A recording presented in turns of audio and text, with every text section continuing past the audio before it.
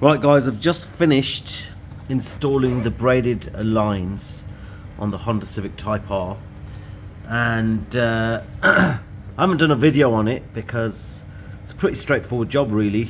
The rears are super simple, it's just two connections.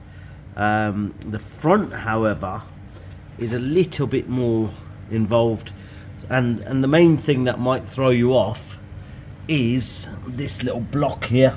So the kit that I bought came with that block.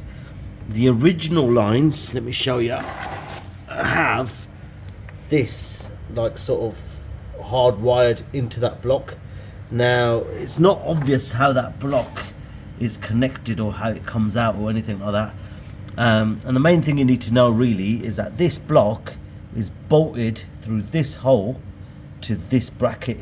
So what you need to do is remove those two 10mm bolts, and then behind you've got a 12mm bolt there which bolts into this little junction box, if you want to call it that, and then this here is a locator pin which locates the box and it threads it in from there, right from the back.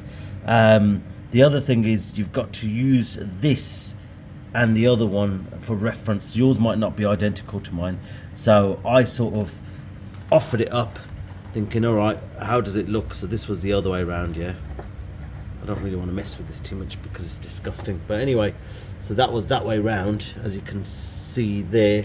So there's your thread hole and there's your locator hole, and then the side bit. So you just got to be mindful of the way the two pipes sort of thread into that block, and you should be hunky-dory really. Apart from that, this cable here is a bit of a pig to get out, but it's not too bad. Oh, the other thing is what I did was I crimped that pipe at this end first. I undid it from there, let it drain out into there a little bit, and then basically I made this pipe up with the block and everything and bolted it on here first with the banjo and the washers, copper washers, and then I disconnected that end. But before you do anything, make sure everything cracks off nice and use proper spanners for it, proper brake flare nut spanners, yeah. And lube everything up, rub it all off with a bit of good old wire brush, and it should be golden. But just make sure everything cracks off nice before you start anything, because anyhow any of those bleed nipples or unions are rusted on, you're not even going to get started and it's going to be a world of pain. So just make sure you get all that done.